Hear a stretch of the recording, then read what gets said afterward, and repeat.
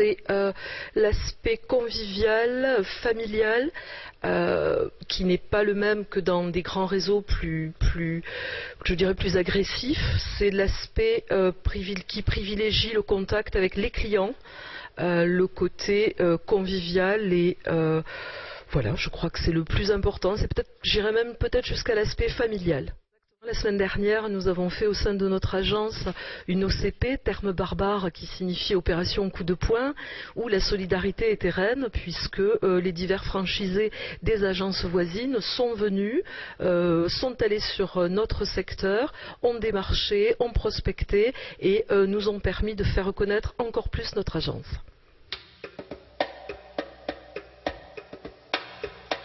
La convention, la grand-messe, le moment de tous se retrouver, de se raconter nos réussites, nos échecs, nos bons moments et d'avancer ensemble sur nos projets et de partager nos expériences.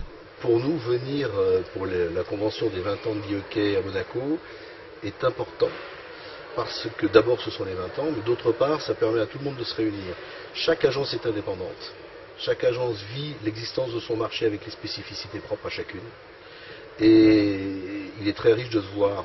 On ne se voit pas suffisamment en dehors de notre vie quotidienne qui est le fait de s'occuper de nos clients.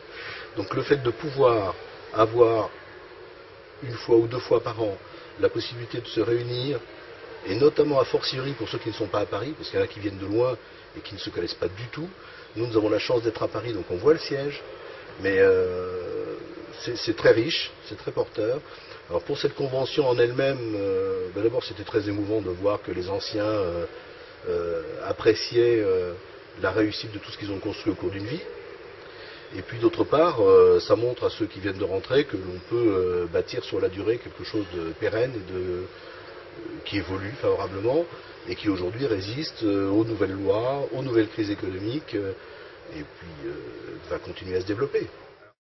Ce qui compte beaucoup dans l'appartenance à un réseau, c'est justement ces temps forts tout au long de l'année, tels que les conventions qu'on vient de vivre exceptionnellement à Monaco, et puis aussi les réunions patrons, les ateliers conseillers, les modules de formation qui sont très importants si demain on veut, je dirais, cadrer à ce que nos politiques mettent en place. Il va falloir qu'on soit très performant au niveau de la formation, et c'est aussi une des raisons pour lesquelles on adhère à ces réseaux nationaux, parce qu'il y a derrière les outils, les moyens qui nous sont apportés pour justement être les plus professionnels possibles sur ce marché qui est quand même très très concurrentiel et dans lequel on a besoin de se différencier.